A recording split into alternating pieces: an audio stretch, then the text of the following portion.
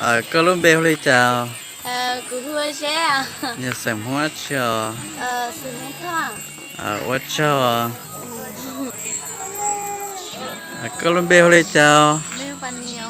Xem hoa chờ. Sự mấy thoa. Hoa chờ. Nhớ rồi, Colombia không đi chán mà. Đây là chàng các quân nó Sự mua lá chiều. tính sò Tính thôi. Nhớ rồi, Colombia không đi chào. Sự mua lá chiều. Đó. Chào nào, Colombia không đi chán à? Không đi chán nó. Không đánh mà. Chào nào.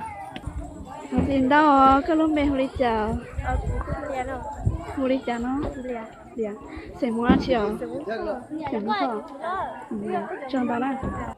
Nhớ rồi, Colombia không đi chào nó. nhớ trong mà Colombia có trong rồi Sẽ mua lá chiều. Sẽ mua. Chào. Nhớ rồi, Colombia không đi chào. Sẽ mua lá chiều. Chào. Nhớ rồi, bé không đi chào.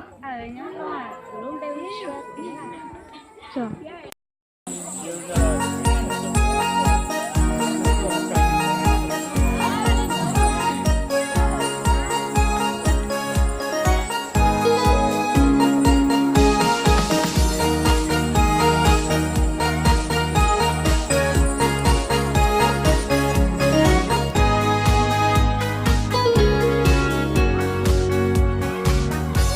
nó xua cứ chia hai sân đi dần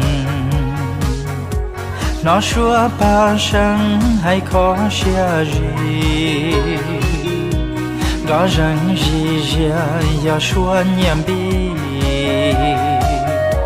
bỏ bỏ chùa chỉ buồn đã cha bỏ dia cơn lỡ lừng rung say tia tia mong lo ba chia lo gì sống bò muốn đau tôn luôn chỉ từ giờ bò nam hôm trông cho qua ra tao rong rong ý chồng ý rau thảo ba đã tờ mong thua khó chờ tua mồ sĩ công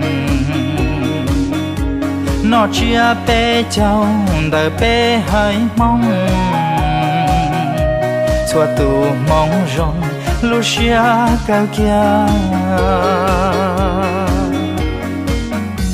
mong chia bé cháu yêu mong căn cứ của bò tua chân thế giờ tua chia mong cho lo lắng đau thương đau tia mong lũ dòng chia lo gì cơn đau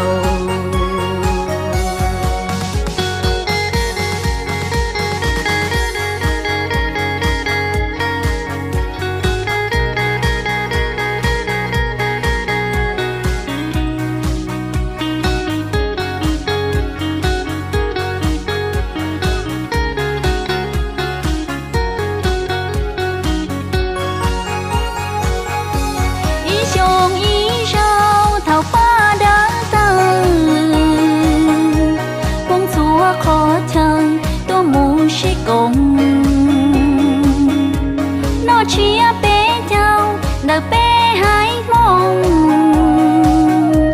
xua tù mong rong lũ xia cao kia ý chồng ý rau thảo ba đã tờ mong thua khó chờ tua mồ sĩ công